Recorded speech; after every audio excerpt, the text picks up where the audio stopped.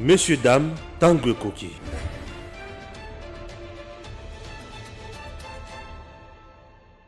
Kongola lingi mbongo wana Kongola lingi Kongo na etombo makasi na lolenge kani Kongo wana kokende liboso tika biso to lobela fluidité dans le secteur économique en République démocratique du Congo lolenge ni congolais azali ko jour na droit à communication na mingi sur leur poste et la télécommunication balobi na biso boye esengeli na congolais nyonso ayeba ko soutenir mboka na ye ko soutenir système ya communication ya ekolo na ye mais par le paiement d'une taxe. On ne sait même pas dire si c'est une taxe, si c'est un impôt, ou bien c'est une rémunération d'une entreprise dite étatique, puisque l'APTC est une autorité de régulation de sociétés de postes et de télécommunications en République démocratique du Congo. Et c'est l'APTC qui institue le RAM aujourd'hui. Et sous la bénédiction du ministre de Titel, c'est-à-dire le ministre de Pétantique, Augustin Kibasa Maliba.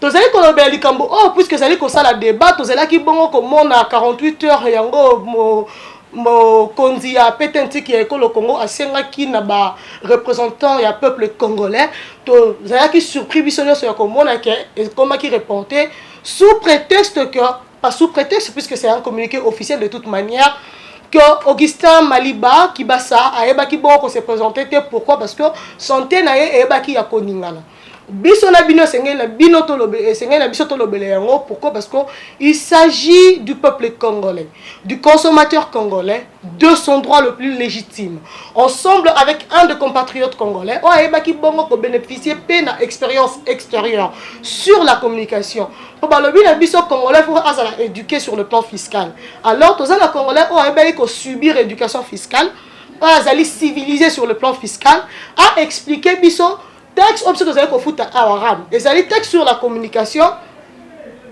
Tout les alliés registre des appareils mobiles n'engagent comme bon vous allez expliquer. Tous à la bongo branché na edem télévision officielle na bongo na pesibino dans son beauté pe na tombeli bino boeli bolam. Merci tous à la bongo branché. Mathieu Tekizela mona ya Congo mbote na yo. Vous avez rappelé na ba Congomani nyonso kozali na expérience ya mboka mopaya po utikuna ozali moko ya ba entrepreneur congolais lelo au bénéficier d'une expérience extérieure donc occidentale précisément. Vous avez pas ça expérience sur ce point. D'abord pour commencer expérience comme ça, investissement dans le Congo, ton entrepreneuriat. Non, il ne faut pas tout le bal. Coutant, il faut tout le bal solo. Investissement, tu as qui, tu canisa qui te, Congolais, comprendre intérêt au bus au Pessac Namboka. Jusque là, vraiment, nous sommes en difficulté. Nous avons un entrepreneur en détresse parce que la société fonctionne en société Moussoussou. Alors, ingénierie, on est à plus informel. Donc, tout ça, est contractuel de mon côté. Marché occupé dans la communauté Moussousso, Zako contrôler l'économie. Même les institutions qui pouvaient être à côté de Nabiso, bizarrement, c'est comme si ça ne les intéresse pas. Or, que souci Nabiso, c'est d'abord que la technique Congo a zongissima. Parce que l'autre mingi l'agriculture, mais beaucoup de besoin contrôler technique, même télécom, toujours besoin technique. Ce besoin d'abord expertise, ce besoin d'abord professionnalité, ce besoin d'abord structure. Parce que l'expertise individuelle est mais l'expertise il y a corbeille babengi société ezali ya monde mute permettre à mboka kende liboso mais vraiment tous en difficulté informelle reza supérieure donc supérieur de lo somoni informel na secteur on a émerger et puis mutu moko pazo bundisa ngo azate conscience collective ezate mais o appauvrir biso na biso et puis Covid-19 aiko kuta susu ba difficulté wana abakisi susu yango makasi vraiment chiffre d'affaires outa 2020 au mars tilelo non donc vraiment tous a vraiment une difficulté tous au loba mais Jean-Baptiste n'a des heures pour le secteur informel wana ezali appuyé par qui et là on est comme ça que le secteur informel et comme on a recours là que les cabines ont besoin de formalité et de légalité. Secteur informel parce que le secteur formel a boosté pour booster ce secteur formel les alliés qu'il faut l'entreprise les a un contrat lorsque l'entreprise a un contrat ba union so ba ken économie pirate bakozala plus na bisiko bako déposer CV pour asala. OK, biso ba entreprise tel que ba spécial auto garage, tout ça ta na contraté. Alors moi na mobile aza ingénieur, ou azali comptable, ou aza économiste ausani. A créer moi les gablons na nzela pour à survivre. Donc lelo il faut qu'on relance économie na biso à travers ba société organisée autolobie na formalité. Il faut qu'on paye ça on ba contrat, il faut qu'on travaille na bango pour to boma. D'abord, tout ça, le ministère sectoriel, moi, si tout ça, le ministère de l'économie, il faut apporter des réformes. Il faut diagnostiquer, autopsier l'entreprise privée congolaise. Est-ce que un carnet de commandes? Est-ce que vous travaillez d'abord dans nani? Bon, wana et Moussala nezo salamate. Moussala économie, ils allaient kaka balance des réserves serrières, tout ça ainsi de suite, et baisser le prix. Voilà. Mais maintenant, la société Oyu, congolais, immatriculée dans le pays démocratique du Congo, et a contraté. Ministère, par exemple, de la finance publique, on a besoin de matangam dans le budget national. Mais il faut à ça de sorte que le ministère sectoriel Moussouana soit capable de créer des réformes pour permettre que les entreprises coopèrent aux congolaises et partager le marché dans la société congolaise où ils ont établi dans le territoire. Ce n'est pas le cas aujourd'hui. La plupart des entreprises où ils ont gagné dans la situation de monopole, madame, to kosanate dans la situation de monopole, ils ont préféré créer des filiales. Il y a bango moko, il y a ba nationalité na bango ana au lieu d'avoir comme mosala et pas la société congolaise ils ont expertise. Donc ils ont mosala ba ministre na période de crise ba ministre va visiter plus ba société. Moi puis na mboko na biso uta 60 le ba ministre va plus tenter ba kansa ke lorsque ba ti au ministre économie to finance aux aka ministre économie à entreprise ya portefeuille mais spécial auto les entreprises congolaises. Mais mon kolomo to koyoka na den TV média na biso que oyoka visite peut-être il y a ministre il y a industrie il y a Eden TV mais pour la société congolaise yebana il faut Eden TV azana moi publicité na moi annonceur pour Eden TV à industrialiser musala na ye à permettre bano baza former comme journaliste bazwa musala mais ce que botiki Eden TV yemoko financement te subvention te ainsi de suite société spéciale auto garage quoi kozala annonceur et pas Eden TV bo peut essayer contrater suko média moi biso ko matande nini suko Edem TV les razo que nous sommes ba unité bozo différencier te na particulier ya zo somba suka net particulier oh ya za professionnel a ko rendre service na mboka oyo faut que ça différence entre professionnel na particulier bo subventionner moi bo sombia il y a unité au Edem TV azo ko somba pour poster vidéo pour ça la tout ça nyonso wana ezate suko na mitu na conseil des ministres ngoyo ya chaque mercredi kuna chaque vendredi. Vendredi. Il y a mercredi. Mais nous colonies, bon, les lots benga chef d'entreprise, il y a secteur, il y a média, il y a qui peut, sista qui, porter qui peut, ou il y a pour l'économie, pour la période de crise. Et ça, la makate. Quand on a dit que on costume, papa, mais attends, yo moko. Nana, Mikolo, kutu maman, nazo informé, na somi moi soutane belé. Bobo ya bande on a sénégalais pour na monique costume. Et zobong sambokate. Sinon, Mathieu Takizala, tu sais que le secteur est vraiment précis. Oyo qui solo ya ram na école au Congo. Oyo qui yango. Ba misusu ba lobby, c'est ngoli ko futa ram, civisme fiscal, ram ezali pona ko sunga école, ram ezali pour même surtout nito yeba. Ram ezali taxe sur la communication, to ezali kaka registre des appareils mobiles. Mutuna malamu mama ezala ta commerçant to longwaka komona na ndenge ya l'état commerçant ata maman sa restaurant na sia soko koti na kati liboso pédagogie ezala ni ba memelo minute OK pondwa madesu écouter boye na kati ya pondwa madesu to tiaki mungwa to tiaki bo tangi na mini ngulu écouter boye. Et on va bien la pédagogie, l'approche pédagogique. Il y a expliquer, mutu aye ko somba. Mais taxe na impôt, pédagogie sur les athées. Sur le mutu taxe il faut servir. Mutu wana wa futa taxe wana, faut contrepartie à taxe ezala. Ba taxe na impôt et ya la capote, zele tongama to financer l'entreprise telle que bien audiovisuel, c'est une taxe sur la publicité audiovisuelle et ça la pona ko subventionner l'entreprise audiovisuelle. Pour te besoin moyen ya ko pesa biso information ya ko panza sama allez mutupe o azana ndako azana intérêt ko futa mpo ebika ndeko Stéphane kuna pour te akini ko sala ba recherche ya média nde taxe tozo futa so ba le taxe sur l'ordure ménagère et ali taxe zo permettre que poubelle oyo yo ozo produire na ndako pote eboma biso caniveau te entreprise oyo ya kolokota akino kobwakela biso na place ya bien nde elongolo epi bokono esala nini tozala nango omoni ke eza na contrepartie nango mpona assujetti ya taxe wana alors maintenant so toke na impôt sur revenu impôt sur revenu mosala nango toyebi esalaka impôt sur le bénéfice toyebi mosala nango esalaka mais ntango bino boinsere taxe mpo ke congolais afuta mais pédagogie botie wapi boexplike biso mais taxe mpe ezalaka na soubassement juridique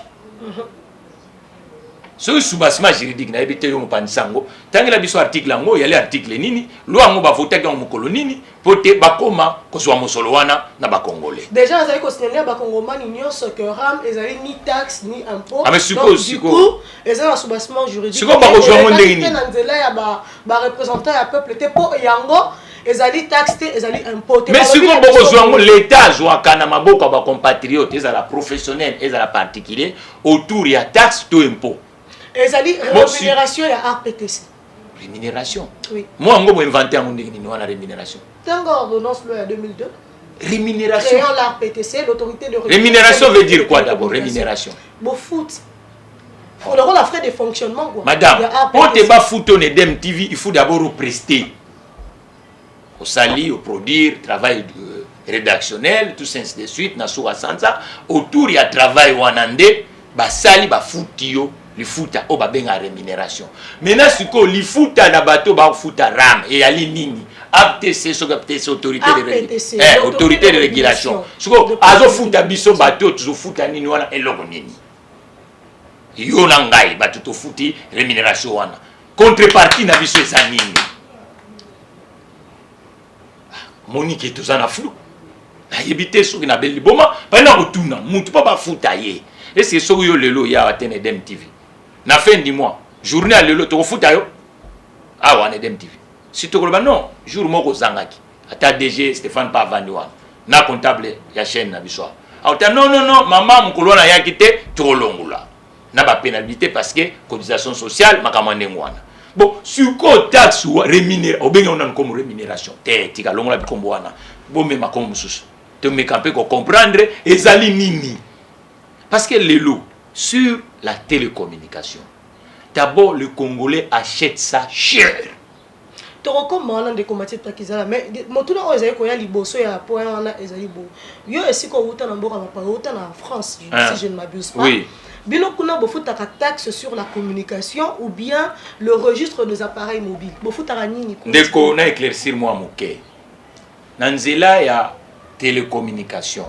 Lorsque ngai nazali citoyen nazu abonnement na ngai parce que pour les fonctionner dans mode d'abonnement moto azwaka mbongo tous les jours te prépayé pezali carte de recharge mais na carte de recharge tango ke pa ya biraliste moto yo ko somba professionnel o ya kokotekela yo téléphone à part opérateur nini unité l'état professionnel a ko récupérer TVA on a c'est normal taxe sur la valeur ajouté ezaka na soubassement juridique na échange commercial na ba territoire nyonso à part wana tozali na oyo ba bengi par exemple l'air yo zo somba télévision na yo osombi nini na yo nde balobi taxe sur audiovisuel na suka ya sanza wana ba kofuta ngo na trésor public ba calculer balobi chaque foyer aza na télévision na ye batalaka nini tout ça pour te financer pour télévision pe ya communication hein? Communication ezaka ka téléphone te pour même ba téléphone na biso lelo comme télévision okotana kati nde na nzela taxe wana nde na suka ya sanza ba contribuable ezala professionnel ezala particulier ba futaka mosolo wana ekokende mbala moko na trésor public contrepartie nango ba moderniser outil oyo permettre biso de communication etambula na mboka mais lelo ba opérateur na biso d'abord entre bango moko baza ko boma congolais parce que lelo so ozana opérateur to ko sa publicité ate pour bango pe baya na non sawa te mais to yebi ba komo na bango ba opérateur wana o bazali awa d'abord péché monene mortel comment na naissance ya ba GSM Congo azalaki na opérateur na ye na naissance ya ba GSM notre téléphone cellulaire comme seul banamboka o bayeba kité ezali opérateur congolais na GSM nana zalaki ko kamba yango et yali Jean-Pierre Mbemba kulutu nanga Jean-Pierre Mbemba économiste netingaye bangonde bazala qui na licence on éviter sur licence on bateka tundenge nini mais futo banali kambo monde ya communication ya ngonde industrie nouvelle ya lelo comment fait-il Congo mboka munene boy eza na côté public eza na côté privé tozana opérateur té comment vous expliquez kasi be chèque nde ya ba réforme to go ozela na niveau ya ministère ya PTT antique ya ngowana ya ko tia équilibrage ya ko luka ke Congo azala pe na opérateur ne national pour opérateur wana a rivalisaka concurrence na ba o pe ba choisir Congo neti mboka ya mibale. Deuxième chose alingai ko harmoniser excusez-moi maman harmoniser entre les opérateurs tant ndeko nanga Stéphane asombi opérateur kwanga mais alingi ko benga opérateur mbika bango ezala teke o lokolo yo bengi mbika unité fait kende belé c'est pas ça opérateur c'est bongo te non bango nyoso bazaka na GSM bongo ndenge nini pour ba numéro nyoso za na téléphone na PDG Stéphane et c'est ça comme numéro ya mbika mais ça ba numéro ya kwanga boss po benga kwanga fu unité ke liboso eza na sens te likamu mususu ba kwanga na bambika ou bavana mboko na biso opérateur okomona bandeko na biso libanda diaspora soko ba bengi awa au lieu numéro ebima 0044 0033 0032 pote mboka récupérer préfixe na biso à 243 wana mosolo okoyo babimisi yango numéro kwanga pona ni bako yiba mboka bipa tolinga ko lité nanu yango wana expliquez ce phénomène ngona ça makandenga ni comment ba koma na niveau ya ko masquer kasi numéro wana ba koma na niveau na ndengeni kasi botiki bango champ libre kasi bot créer rival congolais té oya kwa ko memela biso mali kepa mikolo yo atie moi piste boye futo sala boye mais après c'est musa na ngona autorité de yango wana ko réguler ko kitisa petalo ko réguler est-ce que service ango bazo pesa biso eza malamu est-ce que chaque opérateur a une antenne na bisika parce que na mboko na biso eza na délaissage téléphonique po benga hotelemi mais eza service tozo soma maman comme na kwemba bo réseau ezate kasi musala autorité wana yango wana ya ko futsa ba mande na opérateur o à côté que la batna ki sensu téléphone mais ba antenne ne kuna eza en déficit to osombi oyebi même na internet lelo osombi internet okomi place mususu ofongoli mo page ako baluka kaka mais ako baluka zo connexion mais yo eloko zaki nango besoin emonanité eloko ye autorité na fala sala biso na noa yangwana eloko autorité na panga ko sala ko différencier l'offre professionnelle et l'offre particulier parce que lelo ba petite PME congolais bazali na ko souffrir côté kuna neti binoa neti biso ba spécial auto garage 24 tozo ko sombaka mais wapi assistance professionnelle pour la biso et tous les numéro vert moko bino edem TV ceux qui a connexion to somba gali mabe to ben autorité musala biso na ministre ya ngwana loko liboso na sala biso ngwana ya kutinda ba professionnel wana ya kopesa biso service kitoko et puis ya kolobana bango boya ko laksa biso na ligne ya ba prix bo fatiraka ba congolais awa nini eza prise en compte pourquoi na Rwanda téléphone moins cher. Pourquoi, par exemple, en Afrique du Sud, téléphone moins cher? Biso appelle population est ébélée. Pour Congolais, nous sommes là à recevoir la communication, maman. Est-ce que beaucoup ça la moi forfaité? Pourquoi botiki que chaque Congolais à chaque fois faut somba, à somba kaka cash. Même ba forfait ba le banabiso wa ils en moi ba forfait na ini. Au bandaka $25, $30. Qu'est-ce qui prouve qu'il faut bandaka à $30? Revenir à Congolais et aller au boni. Société a somba unité à moi $30. Chiffre d'affaires nini ya zanango. Comme ça l'autorité de régulation a yewa. Ba benga réguler marché. Insuffisance technique, incompatible économique. Il y a un monde il fallait tout traiter. Mais les lots oyu, yo bimisinga o rémunération. Ah, moi on a évité tout ça, on a ça ma belle ton dengini. Rémunération en musko biso bato tozo futa rémunération wana. Contrepartie et alénine. Net bolobi awa, li kamso bi mic bolobi wifi. Et c'est quand on est au com. Wifi. Wifi. Bino kuna boza bibi na poto kuna boza na connexion wifi, boza na facilité à utiliser internet, internet est à haut débit. Yango ministre Augustin Kibasa le bif a la biso wifi na ba point public partout. Développement. Après ça biso wifi à 5G, connexion internet à 5G. Maman. On aimerait bien comprendre le système. Développement il y a internet na ba pays nyonso d'abord opérateur bango moko batia kambongo ebele. Bon, opérateur, il y a télécom. Oui. Parce qu'il y a d'autres qui ont besoin de service. Il faut investir dans le déploiement. Il y a réseau. Pour que les Congolais à Sombi, ils ont la difficulté de communiquer. Bambo moko, na bambo quand on France chaque opérateur a un code sa fibre optique na ye, parce que azo la marché par rapport à concurrent na ye. Plus il y a bien dans l'offre commerciale. On a fourni ça fibre optique. Ah ouais, tous un opérateur historique à fibre optique, il y a un câble on a izali de on a biso poste. La poste. Et la RDC. La RDC. Et qu'on soit mon solo belé. Dernièrement, ah ouais, bah, il y a en Afrique d'ici, de côté Maï, et comme il y a un truc bimado, mbongo ba Congomani bimake belé pour te déploiement. Il y a autoroute wana. Et zo zongi la biso monke. Il faut zongi la biso na ko permettre ba société telle que DMTV est développée.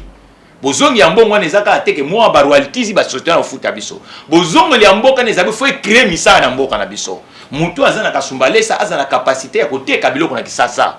Pour que l'État tanga bimisaka mbongo pour la communauté, il faut permettre que la société et puis usagers à bénéficier nango. Et le côté donc mutu azoko tia mbongo ebele pour que na ba câble wana etambola et ali mboka Congo. Atie mboka pour ba câble ya faisceau ya internet et les cas. Mais bizarrement mboka azana ni opérateur privé pour na ko distribuer connexion ni opérateur étatique. Or que na pays nous sommes sur tambo le koyoka opérateur historique poste azala pe azoteka unité azoko pesa biso téléphone fixe na ndako. Mais le lieu pas biso bandaka awa et ba kala ezai ba singa les lampes télécom azala ka ba singa pena na ndako bwana fixe mon opérateur ya qui poste mais poste de l'eau atikala ne kaka atala ba joueur musuba ko beta bale si musala ministre yangwana. Marché exact, tigeli batu mususu biso mo to tika to komba innocent. Mais ndeko Mathieu Takiza, Augustin Kibasa lobi ateli biso connexion wifi na ba place. Na ko expliquer wifi mama. Et puis na ba université. To na ko expliquer wifi. Nini apesi biso wifi. Na ko kasite wifi so tia mo fo ba fournisseur bazala. O ba ko pesa d'abord connexion. Wifi na ba pays nyonso so développé, ya économie avancée ça d'abord ou entreprise yemoko net spécial auto garage. So ko yé na spécial auto garage. Okomona ke soki ovandi wana comme toza na routeur toza na abonnement internet ezo permettre que yo so ovandi wana ba moko o bénéficier na abonnement spécial auto se connecter. OK. Okomi na hôpital wana za na abonnement internet ndele ri ovandi wana okomona ke wifi wana okokota na wifi pipu ya hôpital pote connexion ya hôpital et permettre okota internet. Soki pe ozana gare ya SNCF par exemple, opérateur public, il y a transport ferroviaire en France, bien SNCF. Tant comme SNCF a zoté la biso service, il y a que déplacement via train, tout son baka ni ticket à train, tout ça ainsi de suite. Et la carte on a vous fait la carte wana, mais oui, mais pour te affidéliser biso. Les rios osé la train au vandi na gare. SNCF a dit moi à télévision wana pour te osa l'impatienter parce que l'état osé la train yo. A permettre pe l'état yo zela na comme yé azana connexion wana a permettre na ba consommateur na ye ba salani mais awa bozolo ba université mais université les entreprises IPNP yé moko faluka na ba bofuti bana bazo futa a même service wana to bibliothèque numérique parce que lelo étudiant nyonso azana téléphone te o capacité ya kokota na internet donc il fallait que ça la café moko numérique na ba université. Ndeba ke ko coopérateur c'est vrai moi nous azana téléphone té ordinateur ezali wana le coopérateur université azana autonomie na ye eza entreprise c'est un moi na futa ka Minerva la futa ka ministère ndeko journaliste afuta ka entreprise publique universitaire ou bien université bazana DG bazana trésorier bazana compte na banque bazana tout ça université et moko fallait luka des moyens que chaque université va créer ba bibliothèque numérique parce que le ba bibliothèque na mboka c'est un problème to remettre université numérique étudiant nous ça en a besoin teke a uta pour transport pe passe na mboka a cause ndako mais aza connecté na université a cause wa matelo na nzela ya ni mais lelo ko lubana biso ke non a wa to créer wifi bon chaque étudiant log déjà les bosso étudiant nyonso wana azali na téléphone pour akota na wifi public na bino wana mingi pe ba yebi pe utilité amuté bon siko to ke voir ça suka opérateur mususu wana donc comment profitant toujours idée wana que non ba wifi to obligé chaque entreprise congolais ou azana territoire na bisika na ye appelle ça accès na connexion na nini na abonnement na. Mais pourquoi tu profiter peut-être faire naître opérateur moko local pour ta réguler pe moi marché wana même atana l'offre na prix pay kita. C'est quoi tout ça? Nous sommes na batu sous kaka bato somba pe connexion ka kuna po wifi wana te bolobi ke za place wana. Mais ce connexion ezate. Et c'est wifi au sala. Wifi eza d'abord nini. To boy kozwa connexion na kopesa na diffuseur wa benga ka téléphone to ordinateur fil ezalate. Mais kaka na technologie wana nde oza na routeur na téléphone pour se communiquer comme Bluetooth. Mais maintenant ce que yo soki routeur ou ezopesa internet ezalité. Et ce que connexion ngo kufungula ni page nini ufungula. D'abord prix ya connexion to so mais l'équipe etalo. Ba connexion sous ces alliés na mito y autorité fois ça là que a inspecter na bato no autopsie bango ndenge nini mutaso mi connexion ezo ko baluka kaka ezo ko baluka kaka pozo te clair mutalo pour nani na kisenso connexion za mabe pour nani na bumbu connexion za mabe pour nani ba prix na bino za boye nde yango musala autorité de régulation mususu bobimisi pour te licence wana eya ko bundisa ba oyo ba basi ba komina ngombe dingwe awa. C'est ça rôle et autorité de régulation. Bandeko bandi tozali ko rappeler no que tozali ko solo likambo o ezali ko betisa ba congolais mitu pasi et comme ici bango ba fidèle abonné ya aspirine paracétamol ya dollarette li solo ya RAM. Ba le bana miso boy RAM et ko lutter pour na ba téléphone contrefait o ezali nuisible à la santé ya ba paisible citoyen congolais. Ndeko Mathieu Takizala oza au courant il y a explication wana il y a motif il y a instauration il y a RAM toko limbola likamba téléphone nuisible et lo komo côté kokota na Congo sans ils à la contrôler na ba frontière. Nous avons une organisation publique ici qu'on appelle OCC, une entreprise d'État, portefeuille d'État. La vocation de OCC, c'est contrôler tout le bien qui rentre dans les pays démocratiques du Congo. Okay. Et chaque téléphone a un nom de fabricant. Ça signifie que logiquement, si c'était uniquement pour comprendre ceux qui sont contrefaits comme copie, c'est à l'entrée qu'on doit détecter ça. Ce n'est pas déjà le téléphone est dans le marché. Et quand le téléphone rentre dans le circuit professionnel, il y a des distributeurs locaux qu'on appelle les opérateurs. C'est auprès de ces gens-là qu'on doit chercher à comprendre combien de téléphones contrefaits rentrent en République démocratique du Congo. C'est pour cela, c'est pour cela, mais non, mais il faut le mettre hors système. Et c'est pour ça que vous voyez que dans des pays avancés, vous ne pouvez pas acheter un téléphone sans montrer la carte d'identité. Et on a donné la distribution de téléphones auprès des professionnels, madame. Pourquoi? Pour contrôler la chose. Mais aujourd'hui, une grande partie c'est fait dans l'informel. Maintenant, si vous nous dites ça, maintenant OCC fait quoi?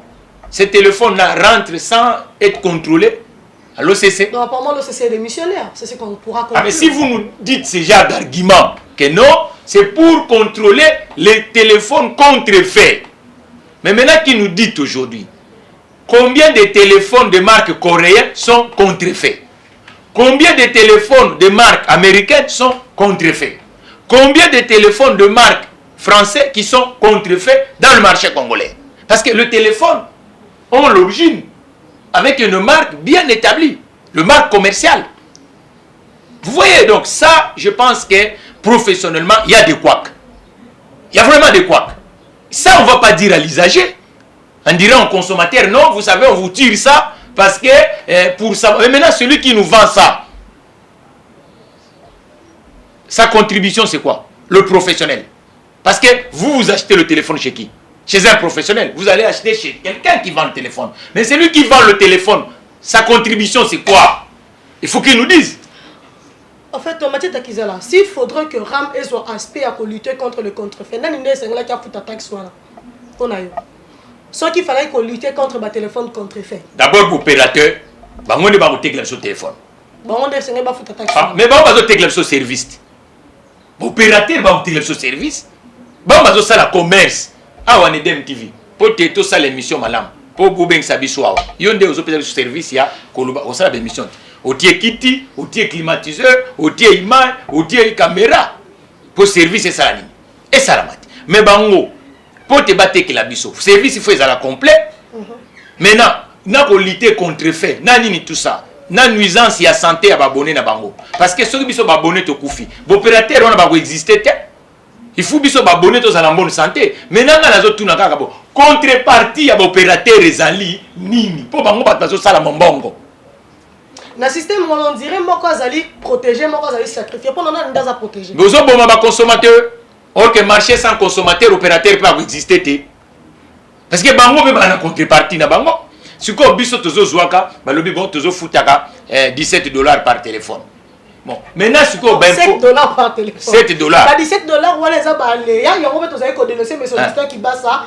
na mais c'est Christian Katende bolandela ba opérateur ya télécom banda boanda ko kata baram ya de ce téléphone on va foutre 10 mois donc imaginez ba kata 1.17 $, un seul consommateur a foutu déjà $17 par SIM pas par téléphone mais par SIM puisque a foutu 10 mois d'affilée donc bolandela ba opérateur na vos partenaires je ne sais pas comment même ba SIM wana il y a des éditeurs qui fabriquent des SIM hein basi mona tant ozomona babeti caché ya ba marque wana toko sala publicité na bango te parce que ba ya ko même spot out OK soko ba lingi ke tolobela bango les sociétés de télécommunications bien oui que ba ya na dem télévision média o ezotala ma monde entier ba pesa cash na bango awa ndem comme sous to ye ko lobela ma communication toko tanga ba komo na bango mais sinon te toko ba no tanga ba komo moko yo ezo servir Congo kwanga biloko ndengwana donc bango bandeko ba distributeur ya ba bien ya service ya téléphone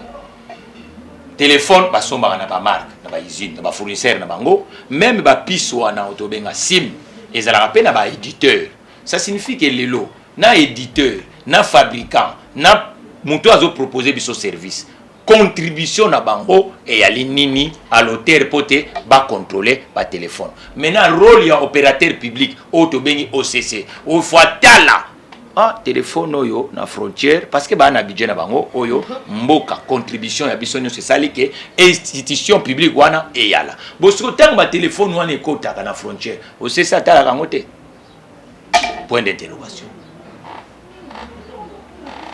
aumona likamba tozwa un autre aspect ya institution ramba yebisi biso lisusu boende komate takizala et ko permettre na ba congolais nyonso bazala en sécurité et que le long Mathieu Takizala ceux qui téléphone na yo ezali enregistré le système il y a RPTC donc le système o ya RAM institué par l'RPTC Mathieu Takizala ba qui qu'on enlevé au T puisque ceux qui vont enlever aux a tracé parce que ton téléphone est enregistré dans le système ceux qui ba yibi téléphone na yo le RAM par l'entremise il y a entreprise o azali intermédiaire 5C énergie aux alliés au courant. Mais maman, intermédiaire entre maman, tigana likamona, pardon, limbi sanga. Bako suivre yo, bako récupérer et puis sécuriser nous sommes un pays.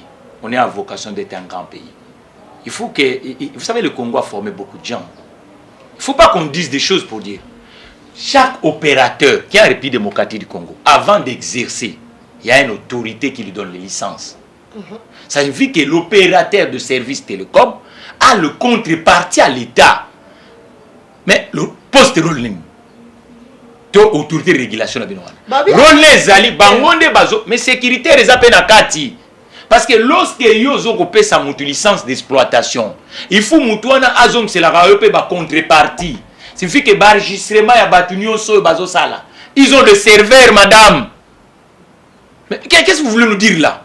Ils ont le serveur, ils ont tout ça. Et l'État a le regard qu'on a Kati. Parce que Batouana bazo travaille en partenariat na opérateur na biso public.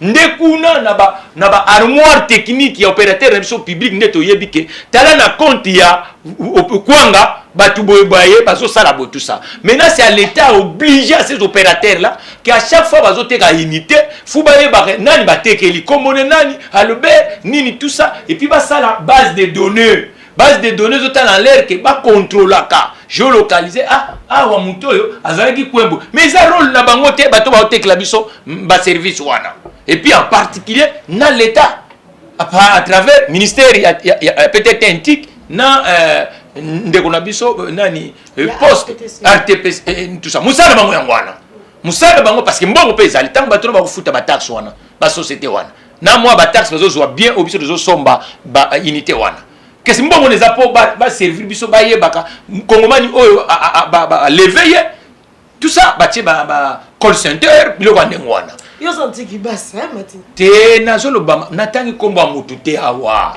nazoloba système nazo révolté nazoloba professionnellement qu'est-ce qui devait se faire.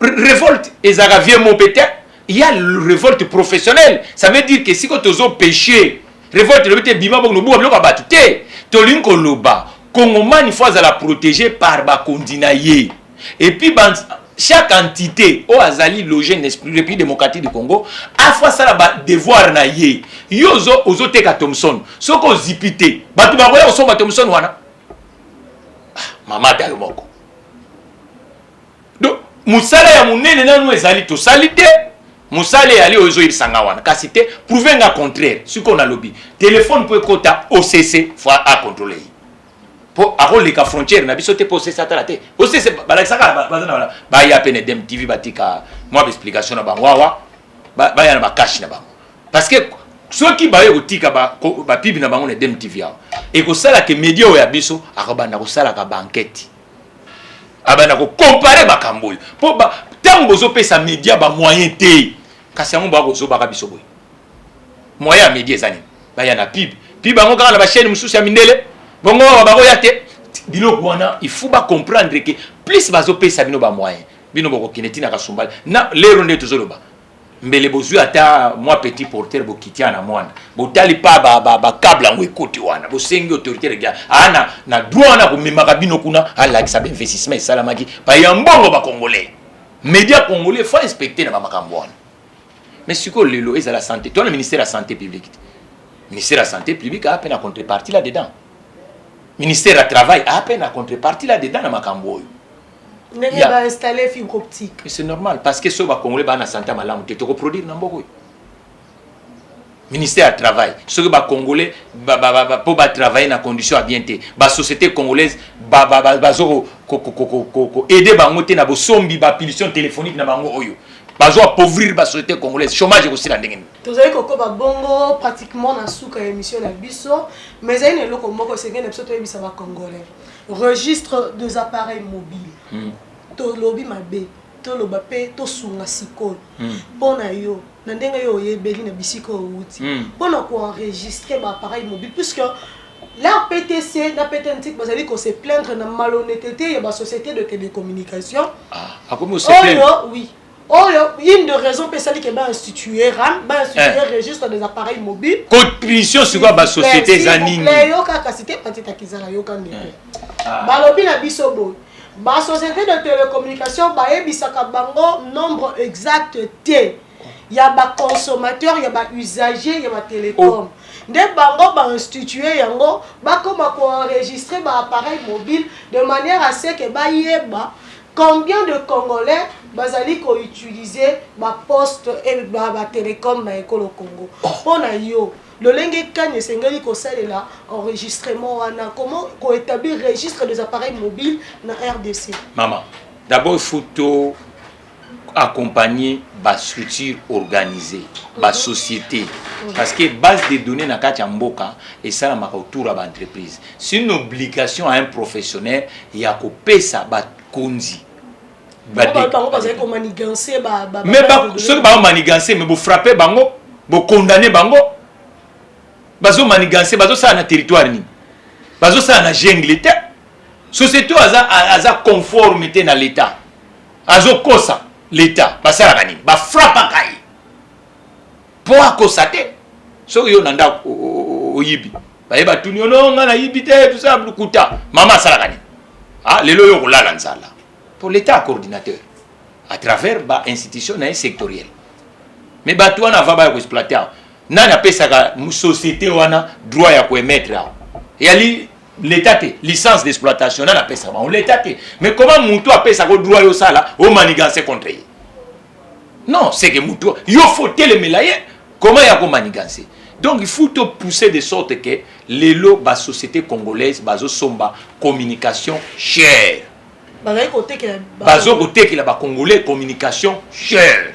Il faut pas créer ou licence mususu ya sika o ekotia ba moni biso na France les motos zalaka na opérateur misato oyo bazalaki ba ko yokana na bango likelemba na bango pour te ba dominer ba consommateur. Il faut pe association ya ba consommateur et monter au créneau dans le pays démocratique du Congo. À chaque fois professionnel bazo ko zwa ba consommateur association pe ko funda. Et ça, et ça parce que les consommateurs sont besoin de marché pour ça la matin. Pour nous, wapi na niveau ni l'État congolais a comment enregistrer ba appareil mobile pour s'assurer na effectif il y a ba consommateurs to ba usagers ba télécom. D'abord, na ba entrer à la frontière. Il faut baluka de sorte que office na biso de contrôle azala accompagner na ba structure indépendante privée. Ba ça la mixage moko public privé. Pour permettre que nous soyons côté en caractère il y a téléphone bailler il faut naître opérateur mususiasika pour réguler le marché. Na kataki tout à l'heure na France nous avons 3 opérateurs bayo kana na bango ça ali kelemba na bango mais suka consommateur a comme souffrir prix les qui mais l'état comme yende parents a sali à commerçant musus entrepreneur Freebox donc on a tout temps comme on est pour de quoi a sali musa malamu na marché à télécom na France Freebox a étudié marché wana alke pas ya l'état l'habitant talanga ina moni que ba Congo ba français bazo somba téléphone cher mais tala modèle économique auto proposé est-ce que intéressé au tout ça l'état l'état bomaka consommateur na été l'état muto idée aye nango et go aider ba consommateur et puis go permettre ba concurrent na ye ba se réajuster na l'offre bazo pesa batu Freebox abotami akiti sitalo bandinga ne kutwali ya kokokate lelo bango ne so ba koma kolanda Freebox ndeto lobby ngana kutuna ka licence ya Comcel et koma wapi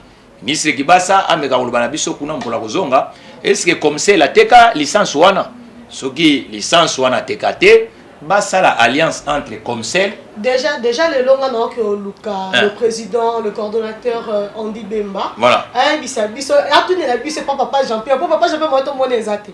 Le président Jean-Pierre Bemba. Mais du moins, on a un couloir direct, on a Jean-Pierre Bemba pour avoir cette information. Baluka soki licence wana yali o ya Comcel na poste basa la fusion ba boti la biso opérateur mususu. O ya koya a meka ko bundisa ba concurrent pour réguler un peu marché. Maintenant basa la tout que l'offre téléphonique est à la réformer. Basa la tout ça un système ya prépayé et comme a plus na circuit bancaire batu bazwaka mo abonnement pour tout traçabiliser ba geste ya bato parce que les bato ezaka tous les jours congolais à cause de toujours appauvrir congolais maman et puis ba bota opérateur na poste kuna même na poste ba boti opérateur mo téléphone kuna oyo kosala ke offre pesa la nase ndeto landa mutu avaya kosomba téléphone identité na apesi ba enregistrer donc marché à télécom ils a absence à concurrence mais faut concurrence est la loyale et la déloyauté faut na ba secteur nyonso ba société locale ils a fragilisé mama to lo ba vérité l'état est moko mutazo bo marché ngo parce que l'état face à la paix que ba société locale ils ont pas par gâteau net na automobile spécial auto ana contrat na mutu moko te kaka ba major wana o basala 70 ans to sa bango ndika ba na marché bongo prix ko kitandenge bon offre ko za améliorer ndenge biso to lobi net na besoin spécial auto lobi sonance yelelo ba yeko assurer voiture pa na nini yo lakisa ke voiture ezamba problématique 6 mois après mutu ana ko ya ko déclarer ko sonance azong sambo mais sonance azwa moninga na spécial auto garage ba sala alliance na 4 côté avant ba assurer voiture sonance azuna voiture à moi na spécial auto garage comme un professionnel il y a maintenance atali papa avec na sonance sala attention voiture ozo assurer oyo il faut awa bo tout ça makamono sala tole ola sa ba paquet mbongo tous les jours oh j'ai dit sinistre bilo ko na chômage pe mingi mubulunde kunangate siko ba société congolaise en temps to tchaka kuna na guichet unique et salama kaka po ba ya kosenga biso taxe mais tozana droit à contrater ata o mama mutu azana na contrater siko taxe ngwa kofuta ayo no kotimula bambala zomuna ke makamsu biso zo salawa mobulu do ba ministre ba cohabiter na ba entrepreneur congolais pe pour ba entrepreneur congolais nous ba tane par exemple to kende FPI na mikili nyonso ba banque lelo ezela kaka teke muté ko def samsolo ba banque ba améliora ba l'offre na bango hein lelo ba société nyonso boyebi ke eza ya bato ba uta libanda mais lelo soki nete FPI a poussé ni paiement na spécial auto garage au moins que biso tozana ba ingéniosité autoko ba na FPI non tala awa toko contrer boye pour te peut créer valeur mais so comme le FPI à chaque fois yo kaka oh non nous avons notre partenaire mais société azaka na fournisseur mon côté mais oh yazo commande kene na pe yo kaiti nous avons notre partenaire mais mosolona ya ba congolais mon cher mosolona ya ba congolais tant entreprise congolaise ezo komela yo banquier ya FPI que ne peut kuna tant DMTV azo benga bino bata FPI boya ka wa bo communiquer pour mosolo wana bozozwa pas ba congomani bondenge nini boko ba o nyonso initiative congolaise tozala kaka non pour moko kuna FPI muta finançaki ote mama laxer ambila mais Thomson ezo kota kaka awa to susumuna makambango. C'est ça le vrai problème. Donc, il y a des innovations. À la fin, nous allons donner un dernier mot à notre intervenant de ce jour, M. Mathieu Matakizala, bien sûr, mes excuses.